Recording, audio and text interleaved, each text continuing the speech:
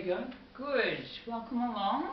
So you've arrived for your assessment for the unit Work Effectively with Diversity. Yeah, I'm here. Okay, great. And are you feeling okay? Well, a bit nervous, but yeah. No problem. You received my emails about the assessment process?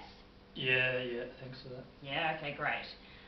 So just to let you know that this assessment's being recorded for assessment purposes as well. So we'll get started. This is obviously one of the units that's part of your Certificate 3 in Business, and you need to be found competent through this assessment process to be deemed competent for the unit altogether. But it doesn't need to be a scary exercise. Is it very hard? No, it's just about you. It's an opportunity for you to demonstrate competence in all of the different things that you've already been learning through the training sessions, which you use in the workplace all the time. Right. Okay. Okay. So I'll go over the assessment and the different parts in the assessment, and then, as I said in my email, we can then you can ask any questions that you have, and then you'll have 30 minutes to actually complete the assessment. Okay. Do I have to write my answers, or? Yeah. So it's a written assessment, but as I said, if you feel like once I've gone through the assessment, you'd prefer to do it orally, we can do it as verbal answers instead, because I know that you're not as confident with written answers. Yeah. But we can go through the process first, and you can ask questions, and then maybe just decide then. Okay. Okay. Okay, so the assessment has 3 parts. So the first one is true or false questions. So there's 5 questions, and you need to answer either true or false. So it's a statement, you just read the statement, and then you answer true or false. So that's the first part. For the second part, there's multiple choice questions. So you find A, B, C or D. So you've got 4 options, and then you choose one option in answer to the question. Alright, so there's lots there. There's lots there, yep, but you just have to choose the correct answer, and there's only one correct answer for each question. Okay. Okay? And then for the third part, there's a short case study. So it's a few sentences explaining a scenario, and you read the scenario, and then you have to answer 4 questions. You only have to write a couple of sentences, so it's not a big amount of written work. But if you'd prefer to answer that verbally, we can also do it that way. Yeah, that might be good. You want to do that part verbally? Yeah. Okay. Well, how about you have a read through yourself, and then you can ask me any other questions that you have before you start. Yeah. Okay. Okay. So we've got it here on the computer. So we'll complete the assessment on the computer. Oops.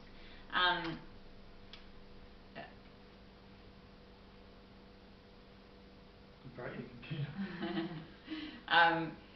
So we'll complete it on the computer, and as you can see, we've got the anti-glare screen here. Oh, thank you. So you'll be able to read it without any problems. So you have a read through of that. So where does it start? So starting up here, so this just explains what I was saying about the written exercise. So that's this task, and it says that you'll have to answer all questions correctly, and that if you're providing written answers, you have to have correct spelling, grammar, and written communication. So that's what we're looking for. I have to get them all right to pass. Yeah. So to be found competent, you need to have all the answers correct. Oh. But because this is competency-based training, if you need to do a reassessment, that's okay. Okay. So it's not like if you don't get them right today, you'll never get them right. So. But you just tell me the answer if I just get one wrong. So we might do So I won't tell you the answer, but you can have another opportunity to have a go. Okay. Okay. So there's true and false ones. Yeah. And these ones. Oh, so these are all different questions. Yeah. So for each question, there's A, B, C, or D. So there's 4 options. Okay. And there's four of them. Yep. 4 of those questions. And then here's the one where I've got to write stuff. Mhm. Yeah, okay. So there's only 4 questions there. Alright. And are you comfortable with reading that scenario about in the case study in the third part? Where is that? So down here, following the multiple choice questions. Yep. Are you okay to read that?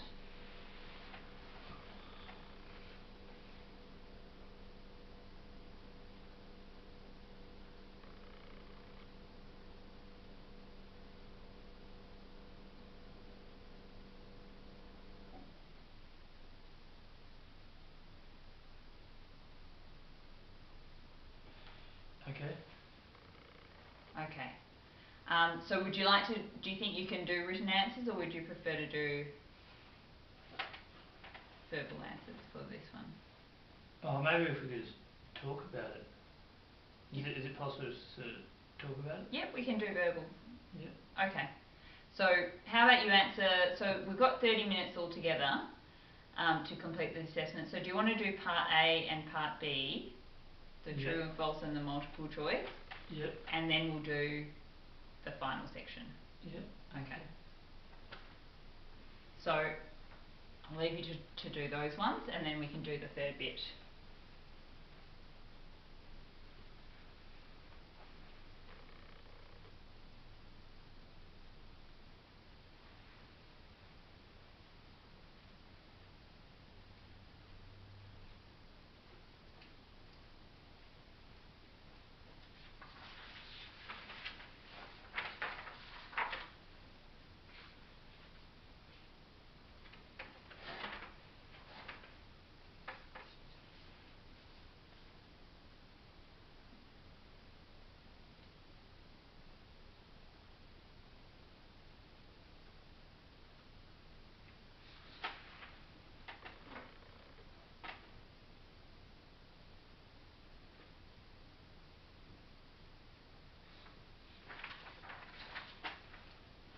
Oh, the first one's hard.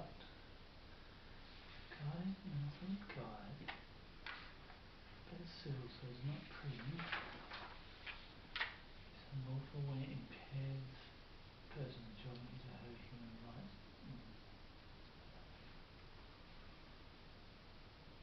Race or hatred act. Is that state based?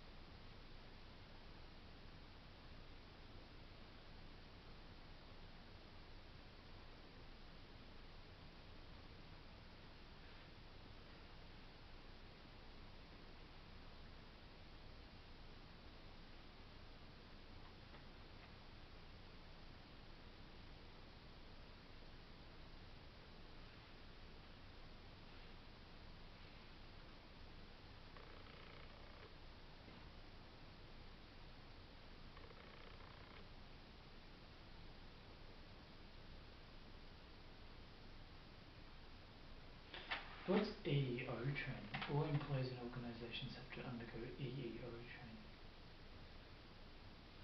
Equal opportunity. Employment opportunity Yeah. training.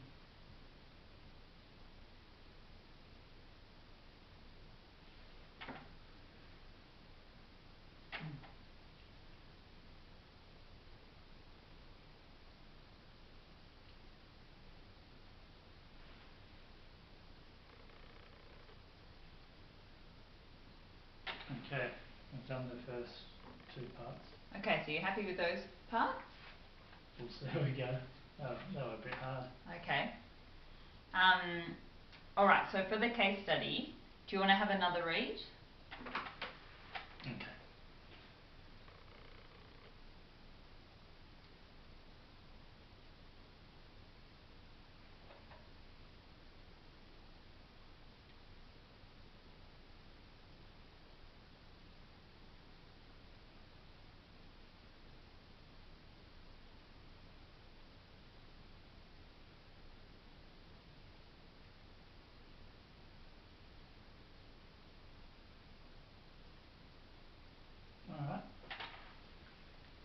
So, do you want to describe what's happening in the case study? So there's a lady with an artificial leg. Mm-hmm.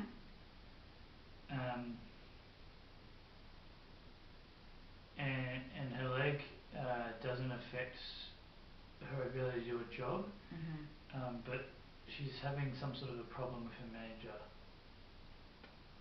What problems is she having with her manager? I'm not too sure. There's a meeting. She can't go. She can't go to some of the meetings. Is there a reason why she can't go to the meetings? I'm not sure. So the scenario says that she's not being included in the meetings. So I think you're right. Oh, that she's right. It's causing a problem with her manager. Yeah. And it relates to her artificial leg definitely because. Let her go to meetings because she's only got one leg. She's not being allowed to go to the meetings because, or she's allowed to go to the meetings, but the meetings are occurring on a different floor and she's not able to walk up to that floor. Okay. And the manager has said there's nothing he can do about that because it's management policy that that's where the meetings are held on a daily basis. Okay. Okay. Does that make sense? Yep. Yeah. Okay. So, do you feel you're ready to answer the 4 questions? Yeah, and she's not allowed to greet clients because they're on the other floor, and she's management policy that she can't go to the other floor.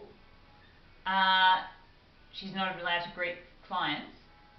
Yeah. It's mainly about participation in the meetings. Oh. Okay. And other staff in her team are able to go up to that floor. Oh. Okay. But she's not able to because she can't climb the stairs. Oh, all right. So, in that scenario, is her manager complying with the Disability Discrimination Act? And can you tell me why or why not? No, the manager wouldn't be complying because they should be providing reasonable adjustments, and the management policy says up downstairs, but they could be holding it in a room on her floor. Yep. So I think the manager is trying very hard to make her feel included. Yep. Yeah, great, okay. And does the manager have the right, so second question, does the manager have the right to stop Kate attending meetings and stop her meeting clients? Yeah. Yeah, if it's not her job to do that, he can stop them. It really depends on sort of what she was hired for. He can't stop her because she's got a disability, unless that was a requirement of the job that that she has 2 legs. Then he could stop her, but that had to be part of the job to start with. Yeah. Otherwise, it's not fair. And was it part of Kate's job in this case? No, it wasn't her job. She's an IT administrative assistant. Yeah, exactly.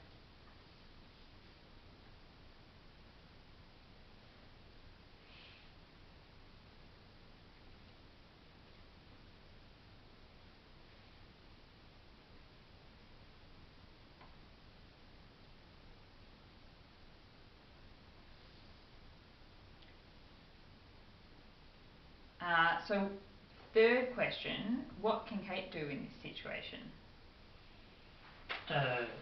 Kate could talk to her manager and ask her manager to move the meetings.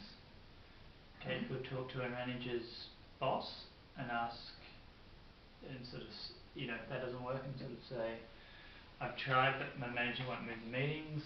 It doesn't work. Kate could go to the Human Rights Commission to make a complaint, and then they'll sort of look at how to reconcile that, and if it doesn't work then it may get referred to the courts and she could sue them. Okay. Great, so we're up to the final question. What are 2 likely outcomes of a complaint if Kate was to make a complaint? Oh, I don't know. Depends. Yeah, depends really. What does it depend on? Well, if the manager listens or not. The manager may. So if she talked to her manager, what could be an outcome of the complaint to her manager? Well, the manager's saying it's management policy and they can't move the meetings. So their manager may just say that's the way it is. Yeah. So nothing might happen. Yeah. What else? What else could happen? What are other options? Maybe the manager sort of talks to some of the other managers and decides to change the policy to help Kate. That's probably not as likely. She's already asked him and he's just said no. And what if the manager said no, but Kate did an external complaint to the Human Rights Commission or what got referred to the courts? What might be the outcome then? Oh, they might make the manager give her sort of a reasonable, make the company take reasonable measures to ensure that she can be included in activities that are part of her job and requirements of her job. Great. So in this case, she would be able to talk. She would be able to attend the meeting, and she would be able to greet clients. Yeah. Fantastic. Okay. Did you have anything else you wanted to add to any of those questions? Do you think that's enough? I think that you've provided good answers. Okay. So I'll just check over your other answers, your multiple choice answers. Yeah. And I'll just have a look.